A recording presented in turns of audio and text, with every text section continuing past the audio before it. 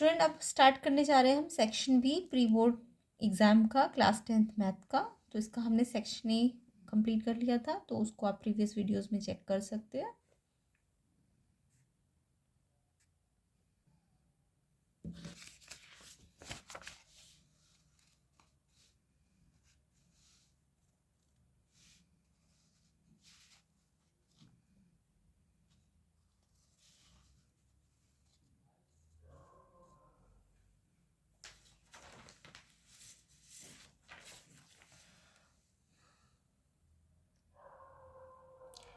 तो देखिए section B में इसका 21st क्वेश्चन देखेंगे। A fast train takes 3 hours less than a slow train.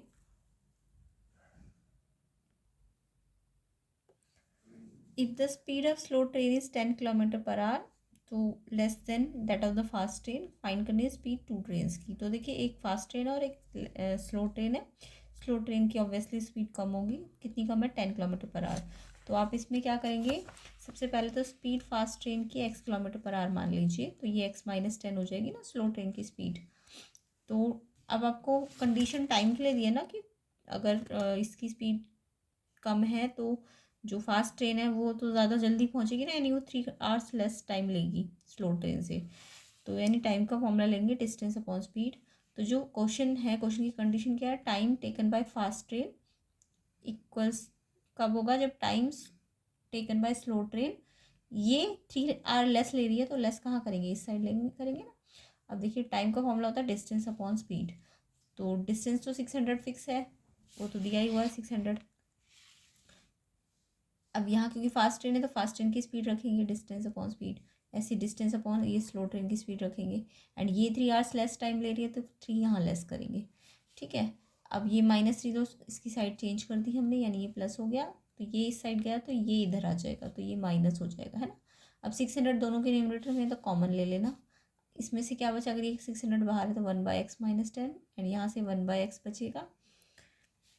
And ये 600 ये मल्टीप्लाई में यहाँ के डिवाइड हो जाएगा। एंड यहाँ इनका क्या लेंगे, फ्रैक्शन से तो एलसीएम लेंगे, ये भी आ जाएगा ये भी आ जाएगा, और ये यहाँ मल्टीप्लाई हो जाएगा और ये पूरा यहाँ मल्टीप्लाई हो जाएगा। बाहर माइनस है तो अंदर के साइन चेंज कर देना, एक्स से एक्स क्या हो जाएगा, कैंसिल हो जाएगा, तो जस्ट 10 बचेगा। अब देखिए ये भी कैंसिल हो गया। अब आपको दिख रहा है ये क्वाड्रेटिक बन रहा है, एक्स को एक्स से किया x², फिर एक्स को 10 से मल्टीप्लाई किया 10x, क्रॉस मल्टीप्लाई करेंगे तो ये क्वाड्रेटिक इक्वेशन आ जाएगी। अब क्वाड्रेटिक तो सबको आता होगा सॉल्व करना, मिडिल स्प्लिट करते हैं, पहले इसको इसके 1 से मल्टीप्लाई करते हैं, फिर ऐसे फैक्टर करते हैं कि 10 आए। तो ये 50 × 40 करेंगे तो ये 2000 भी आएगा, और माइनस करेंगे तो ये 10 आ जाएगा। तो ये मिडिल स्प्लिट आप क्वाड्रेटिक इक्वेशन की वीडियो में देख सकते हैं कैसे किया जाता है, ठीक है। अब यहाँ से x और 50x में से x कॉमन, तो ये x बचेगा, यहाँ से 50, इसमें से 40 कॉमन आ जाएगा तो अंदर x बचेगा, और इसमें से इसको डिवाइड करेंगे तो ये 50 बचेगा। ये ब्रैकेट कॉमन है, सेम आ जाएगी, एक ये बचेगा। या तो ये ज़ीरो कीजिए या ये ज़ीरो कीजिए, तो एक बार x 50 आ सकता है, और यहाँ से x करेंगे तो -40 आएगा, क्योंकि प्लस है ना, इस साइड जाके माइनस हो जाएगा। तो माइनस तो स्पीड हो नहीं सकती है, तो ये तो पॉसिबल नहीं है, तो ये वाला आंसर होगा x=50। अब x आपने किसको माना था, फास्ट ट्रेन की स्पीड को माना था ना, तो फास्ट ट्रेन की स्पीड कितनी आ गई 50 किलोमीटर पर आवर, और स्लो ट्रेन की से 10 कम है तो कितनी आ जाएगी 40 किलोमीटर पर आवर। तो ऐसे करके आपको ये कंडीशन बनानी थी, ठीक है। नेक्स्ट क्वेश्चन देखते हैं इसका। Question number 22, in what ratio does the point C divide the join of this point. तो देखिए जहाँ पे एंड लगा होगा ना, ये दो पॉइंट्स को हम ऐसे एंड्स में रखेंगे, जहाँ भी एंड लगा होता है ए एंड डी, इन दोनों पॉइंट्स को हम ऐसे इन कॉर्नर्स पे रखते हैं। एंड ये जो पॉइंट है ये इस लाइन को, ये जो ए बी ने लाइन बनाई इसको डिवाइड कर रहा है, यानी ये अंदर आएगा ये पॉइंट, तो इसके कोऑर्डिनेट भी आपको दिए हुए हैं।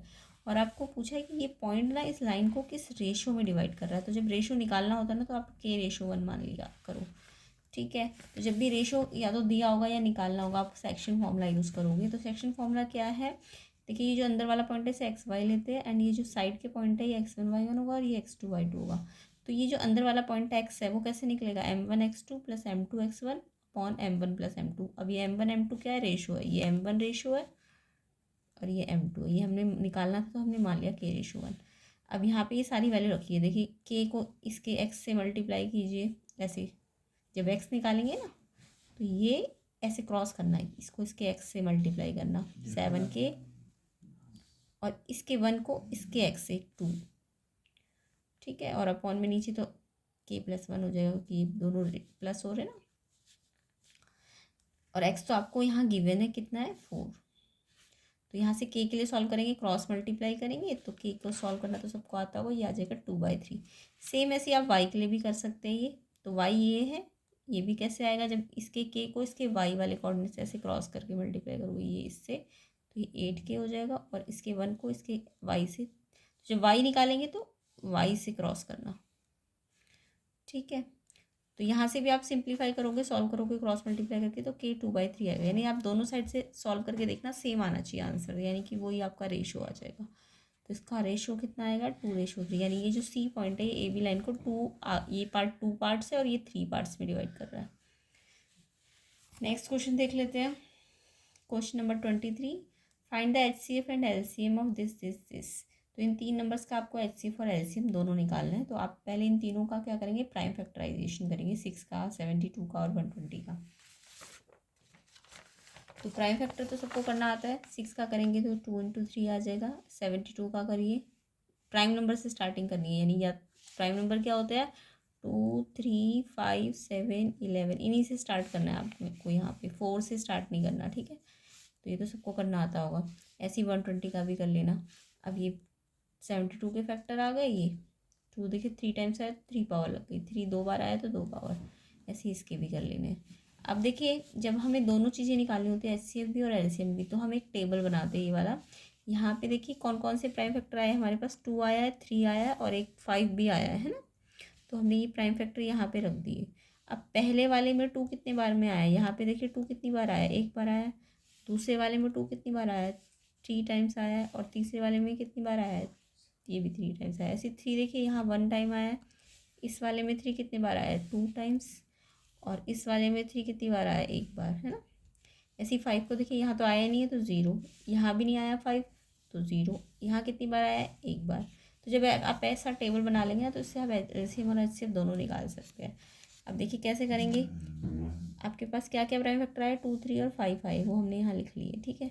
अब LCM जब निकालते हैं ना तो 2 की हम मैक्सिमम पावर लेंगे। तो 2 की मैक्सिमम पावर कौन सी है, इनमें से 3 है ना।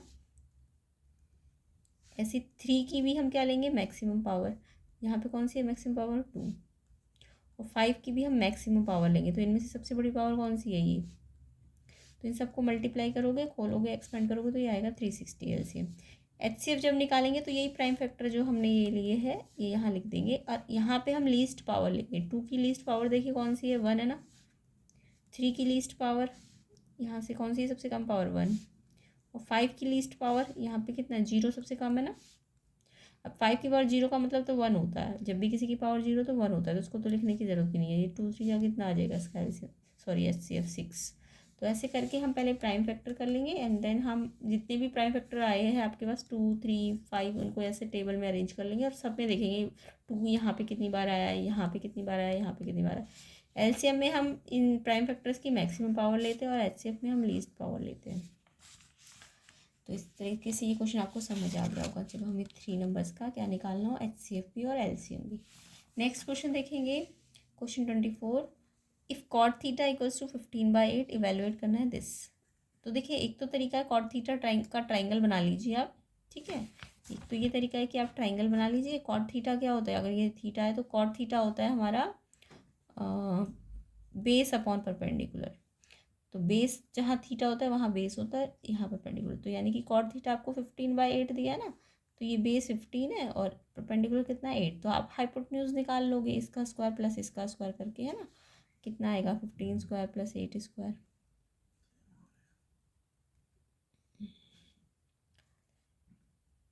289। और फिर लास्ट में क्या करते हैं, हाइपोटेन्यूज के लिए इसका स्क्वायर रूट करते हैं। तो ये किसका स्क्वायर रूट होता है, 17 का। तो आपको ये ट्राइंगल बना के अब आपको क्या क्या चाहिए, आपको इसमें साइन थीटा चाहिए और कॉस थीटा चाहिए। तो साइन थीटा क्या होता है, P/H 8/17। कॉस थीटा क्या होता है, बेस बाय H 15/17। जब आप ये निकाल लेंगे साइन और कॉस इसमें रख देना, तो उससे भी आपका ये सॉल्व हो जाएगा। तो जब भी कोई रेशो दिया हो बाकी रेशो आप इस ट्राइंगल की हेल्प से निकाल सकते हैं। लेकिन यहाँ पे क्योंकि ये अगर हम साइन थीटा यहाँ भी रखेंगे, यहाँ भी कॉस यहाँ भी रखेंगे, यहाँ भी, तो बहुत लेंदी कैलकुलेशन हो जाएगी। तो हम इसे ना सिंप्लीफाई करेंगे फॉर्मूले का यूज़ करके। तो देखिए कैसे करना है। तो एक तो जो तरीका है मैंने आपको बता दिया, दूसरा तरीका क्या है, इसे आप सिंप्लीफाई करेंगे। तो कॉट थीटा आपको गिवन है। अब देखिए यहाँ पे 2 + 2 sin थीटा, तो 2 कॉमन ले सकते हो ना दोनों टर्म में से, ये एक टर्म है ये एक टर्म है, तो 2 हमने बाहर ले लिया, इसमें से 2 बाहर है तो 1 बचेगा, इसमें से 2 बाहर है तो sin थीटा बचेगा, ये एज इट इज़ आ जाएगा। सेम ऐसे इसमें भी होगा, 2 कॉमन आ जाएगा और यहाँ 2 1 ज़ा 2 और साथ में ये 2 से 2 कैंसिल हो गया, जो बाहर लेते हैं ना वो कॉमन लेते हैं, वो इससे डिवाइड करते तो कैंसिल हो जाएगा, तो ये क्या बचेगा cos थीटा, और ये तो ऑलरेडी है ही। अब आपने आइडेंटिटी पढ़ी होगी a + b a - b, a का स्क्वायर माइनस बी का स्क्वायर, ऐसे नीचे भी बन जाएगा a + b a - b, a का स्क्वायर माइनस b का स्क्वायर, 1 का स्क्वायर 1 ही होता है। अब आपको एक और आइडेंटिटी पता है, 1 sin square theta + cos square theta, ये होता है 1। अगर थीटा सेम हो और इन पे स्क्वायर लगाओ तो इनका जो सम होता है वो 1 होता है, तो यहाँ से साइन स्क्वायर थीटा क्या आ जाएगा, 1 - cos स्क्वायर थीटा। ऐसे cos स्क्वायर थीटा क्या आ जाएगा, 1 - sin स्क्वायर थीटा, यानी कि 1 - sin स्क्वायर को आप cos स्क्वायर लिख सकते हो और 1 - cos स्क्वायर को आप sin स्क्वायर लिख सकते हो। अब स्क्वायर इस पे भी है इस पे भी है, तो इकट्ठा स्क्वायर लगा देंगे। अब आपको पता है cos/sin cot थीटा होता है, जैसे sin अपॉन cos 10 होता है, cos upon sin cot theta होता है, तो cot थीटा पे क्या लग जाएगा, स्क्वायर। कॉट थीटा तो आपको गिवन था 15/8, उस पर स्क्वायर कर देना है बस, तो ये आंसर हो जाएगा 225.64। तो ऐसे करके आपको ये सिंप्लीफाई करके आपको बस कॉट स्क्वायर है तो इसका स्क्वायर करके आंसर आ जाता, ठीक है। तो ऐसे करना था, नहीं तो आप ट्राइंगल की हेल्प से भी कर सकते हो। नेक्स्ट ट्रिग्नोमेट्री का चॉइस वाला क्वेश्चन है, if cos a - b this and sin a + b this, तो आपको a एंड b फाइंड करना है और a एंड b आपके एक्यूट एंगल्स है, ठीक है। तो इस टाइप के क्वेश्चन को भी हमने पहले भी किया हुआ है।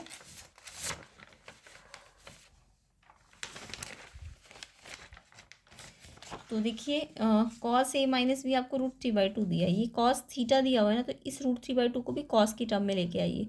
तो कब होता है cos cos कितने एंगल पे √3/2 होता है, तो टेबल से याद रखना cos 30 पे, यहाँ cos है तो इसलिए हमने cos की टर्म में लेके आए हैं।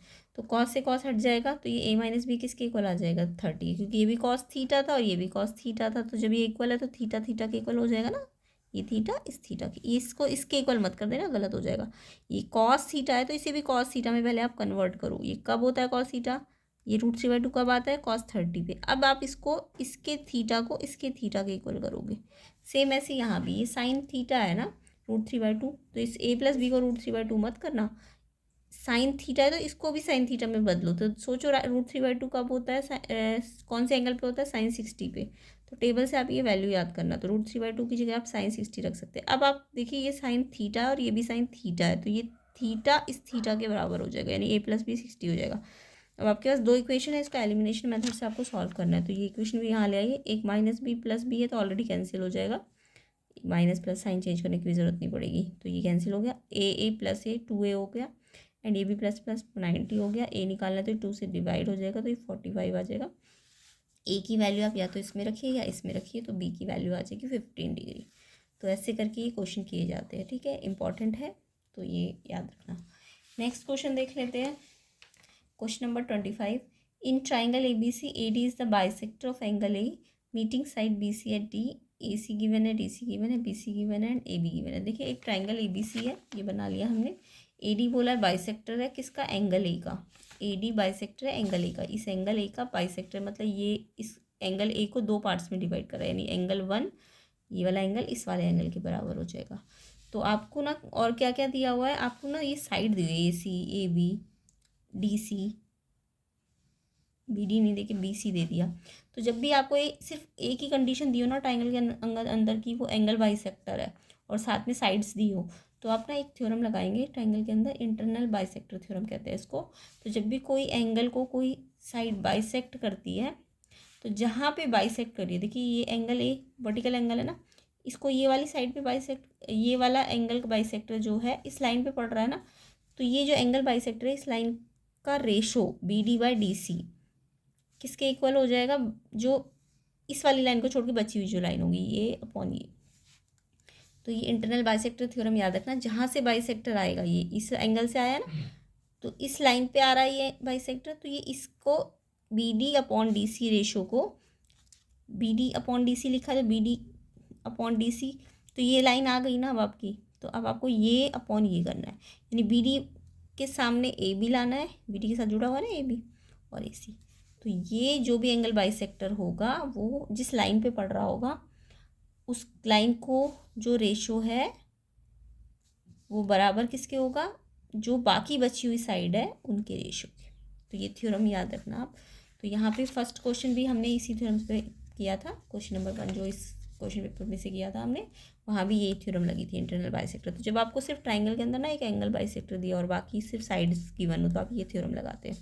तो अब यहाँ पे हम वैल्यू रख देंगे सारी। ए बी हमें निकालना है, ए सी हमें दिया था 4.2, बी डी हमें नहीं दिया है बट हम निकाल सकते। देखिए पूरा बी सी पता है और डी सी पता है, तो बी डी भी निकल जाएगा 10 - 6 करके, एंड डी सी 6 है। अब यहाँ पे ये वैल्यू सॉल्व कर लेना, एक्स क्रॉस मल्टीप्लाई करके निकल जाएगा 2.8। तो ये याद रखना इंपॉर्टेंट है, जब भी एक ट्राइंगल के अंदर आपको एक एंगल का बाइसेक्टर दिया होगा तब लगेगा ये फॉर्मूला। नेक्स्ट क्वेश्चन देखते हैं इसका चॉइस वाला। इफ़ ये भी ट्राइंगल चैप्टर से ही है। If E F D C A B ये तीनों पैरेलल है, ये दिख रहा है आपको ट्रापेजियम में, तो ये इसके पैरेलल होगा, है ना, तीनों साइड पैरेलल है।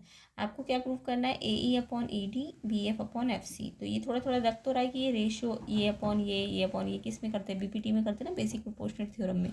तो यहाँ पे हमें लेकिन ट्राइंगल नहीं दिया, ये तो एक ट्रेपीजियम है, तो हमें ट्राइंगल बनाने के लिए इसको ऐसे करके जोड़ना पड़ेगा। तो हम एक कंस्ट्रक्शन करेंगे इस क्वेश्चन में, इंपॉर्टेंट है क्वेश्चन। तो हमें ये गिवन है और ये प्रूव करना है। तो हम क्या करेंगे कंस्ट्रक्शन, ये ए सी को ज्वाइन कर देंगे, ज्वाइन ए सी, जो कि ई एफ को कहाँ पे काटेगा, पी पॉइंट पे काटेगा, ये लिख लेना, ठीक है। अब आप इसका सोल्यूशन करेंगे तो आपको दिख रहा है एक ट्राइंगल बन रहा है ए डी सी। अब आपने पढ़ा है कि ए डी सी ट्राइंगल में अगर कोई लाइन पैरेलल होती है किसी लाइन की, तो आपको पता है ये अगर पूरी पैरेलल है, इसके दिया हुआ है ना क्वेश्चन में, ई एफ डी सी के पैरेलल है, तो अगर ये पूरी लाइन इसके पैरेलल है तो इस ट्राइंगल के अंदर जो ई पी लाइन है ये भी डी सी के क्या हो जाएगी, पैरेलल हो जाएगी ना। तो अगर ये लाइन पैरेलल है, किसी भी ट्राइंगल के अंदर अगर एक लाइन पैरेलल होती है तो वो बाकी बची हुई साइड को दो इक्वल रेशो में बांटती है, ये तो पता है ना, ये वीपीटी थ्योरम होती है। तो ये इक्वल रेशो क्या बन जाता है, A D upon B D, A E upon E C. ये इसे हम बेसिक प्रोपोर्शनल थ्योरम कहते हैं। जब भी ये लाइन एक लाइन पैरेलल होगी इस लाइन के, तो बची हुई जो दो लाइनें होंगी वो उनके रेशो क्या हो जाएंगे, इक्वल हो जाएंगे। इसी को हम बेसिक प्रोपोर्शनल थ्योरम कहते हैं। तो हमने ये बेसिक प्रोपोर्शनल थ्योरम बनाने के लिए इसको ट्राइंगल में चेंज किया। तो ये लाइन इस लाइन के पैरेलल है, क्योंकि पूरी पैरेलल थी तो ये भी पैरेलल हो जाएगी, है ना। अब आपको दिख रहा है कि ये पैरेलल है तो ये इस पर बीपीटी लग जाएगी। ये वाली क्या कहती है बीपीटी, ये जो ये लाइन पैरेलल इसके है ना, तो बची हुई ये दोनों लाइनें हैं, तो ये अपॉन ये अपॉन ये, तो A E upon E D A P upon A C के इक्वल हो जाएगी, बेसिक प्रोपोर्शनल थ्योरम है, ठीक है। फिर ऐसे ही आपको ये वाला भी रेशो लाना है, तो आप फिर अब ये वाला रेशो कहाँ आ रहा है, इस ट्राइंगल पे आ रहा है, देखो इस वाले पे, है ना। तो आपको दिख रहा है ये इसके पैरेलल है, क्योंकि पूरा इसके पैरेलल दिया हुआ है ना, तो ये वाला भी इसके क्या हो जाएगा, पैरेलल। तो ये ट्राइंगल ये रहा है ना, यहाँ से ये इसके पैरेलल है। अब ये दोनों लाइन तो पैरेलल है, तो बची कौन सी इस ट्राइंगल के अंदर, दो साइड, एक ये और एक ये और ये। तो आपको क्या करना है, आपको ये वाला A P upon A P C जो इसमें यूज़ किया इस वाले ट्राइंगल में, वो यहाँ भी यूज़ कर लेना। तो ये A P upon P C, इस ये जो ए सी लाइन है ये बी सी लाइन को इक्वल रेशो में बांटेगी ना, A P upon P C B F upon F C, क्योंकि ये लाइन इसके पैरेलल थी ट्राइंगल में। तो ये रेशो अपॉन ये इसके साथ भी क्या हो जाएगा, इक्वल हो जाएगा इस ट्राइंगल में, ए सी बी ट्राइंगल में, ठीक है। अब हमें दिख रहा है कि ये A P upon P C यहाँ भी आया था और यहाँ भी आया है। तो फर्स्ट एंड सेकंड इक्वेशन से ये इसके इक्वल है और ये इसके इक्वल है, तो ये आपस में इक्वल है, तो ये भी आपस में क्या हो जाएंगे, इक्वल हो जाएंगे। और यही तो आपको इक्वल करना था, A upon E D B F upon F C. तो इसके लिए आपको ये कंस्ट्रक्शन करनी ज़रूरी थी। तो इम्पॉर्टेंट क्वेश्चन है ये, तो आप इसे ट्राई करना। और बेसिक प्रोपोर्शनल थ्योरम भी आपको आनी चाहिए करनी। तो इस तरह से हमने इसका सेक्शन बी कंप्लीट कर लिया है। अब सेक्शन सी के क्वेश्चन भी हम नेक्स्ट पार्ट में कर लेंगे, तो आप इसको पहले ट्राई करना। एंड सेक्शन बी जो मैंने कराया है उसको अच्छी तरह से प्रैक्टिस कर लेना। आपके मतलब CBSE बोर्ड और जो भी आने वाले एग्ज़ाम्स हैं उनमें ये यूज़फुल रहेंगे। बाकी चैनल को सब्सक्राइब कर देना, वीडियो को शेयर कर देना।